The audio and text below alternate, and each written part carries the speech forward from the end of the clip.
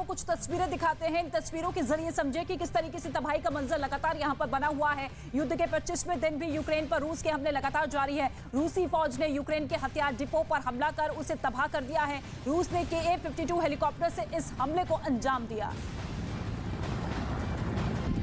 युद्ध की ये दूसरी तस्वीर आप देखिए। रूस के रक्षा मंत्रालय ने रूसी हेलीकॉप्टर से हमले का एक और वीडियो जारी किया है। इस वीडियो में रूस के हेलीकॉप्टर यूक्रेनी ठिकानों पर दनादन गोलीबारी करते हुए नजर आए। इस हमले में यूक्रेन की फौज को भारी नुकसान पहुंचा। युद्ध की ये तीसरी तस्वीर। रूस की सेना ने यूक्रेन के हथियारों के एक गोदाम पर हवाई हमला किया। इस हवाई हमले का रूस के रक्षा मंत्रालय की तरफ से एक वीडियो भी जारी किया गया, जिसमें मिसाइल गिरते ही गोदाम के परखच्चे उड़ गए। धूल और धुएं के गुब्बार से पूरा इलाका ढक गया।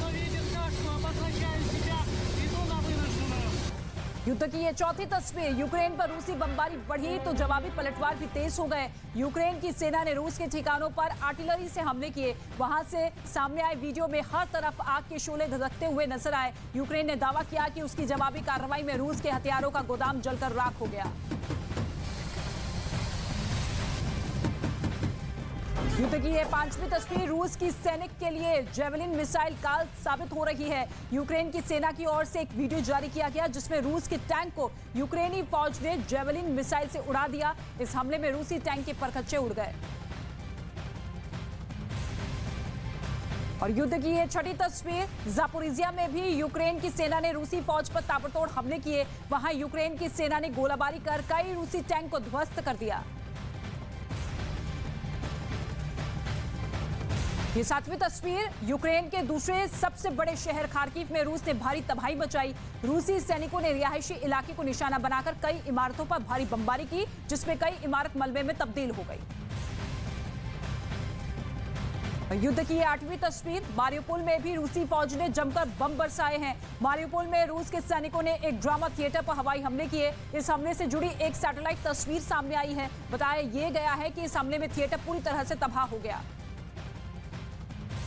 और युद्ध की ये नौवीं तस्वीर। रूस की सेना ने एक बड़े बम को नष्ट करने का वीडियो जारी किया। दावा है कि यूक्रेन के फौजियों ने उस भारी भरकम बम को बिछाया था ताकि रूसी सैनिकों को नुकसान पहुंचाया जा सके, लेकिन रूसी सेना ने उस जिंदा बम को बरामद कर लिया और फिर उसे नाकाम कर दिया।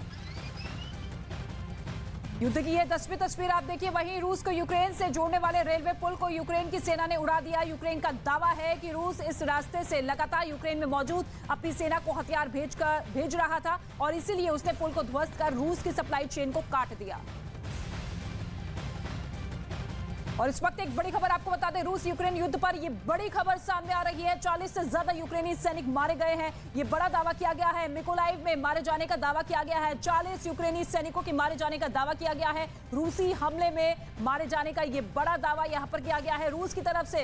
रूस यूक्रेन युद्ध पर लगातार बड़ी खबरें सामने आ रही हैं और ऐसे में यह बड़ा दावा किया गया है, जिसमें 40 से ज्यादा यूक्रेनी सैनिक मारे जाने का दावा किया गया है। मिकोलाइव में यह हमला किया गया, जिसमें 40 यूक्रेनी सैनिक मारे गए हैं।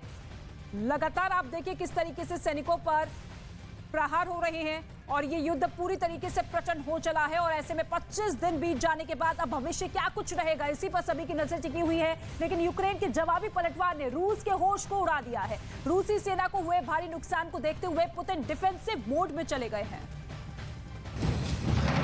कीव के पास किलेबंदी।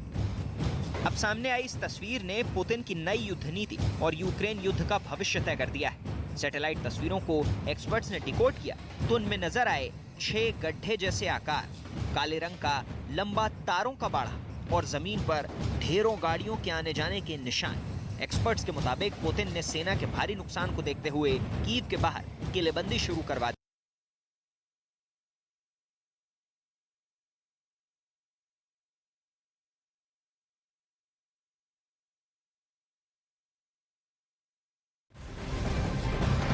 कीव के पास किलेबंदी। लगातार दोनों देशों के बीच में भीषण जंग लगातार जारी है। आज 25वां दिन है और इसी युद्ध से जुड़ी हुई तमाम बड़ी खबरें हम आपको दिखा रहे हैं कि किस तरीके के हालात वहां पर बने हुए हैं। बदस्तूर हमले दोनों देशों के सैनिकों की तरफ से जारी है और ऐसे में ये तस्वीर आप देखिए किस तरीके से एक के बाद एक शहर जो कि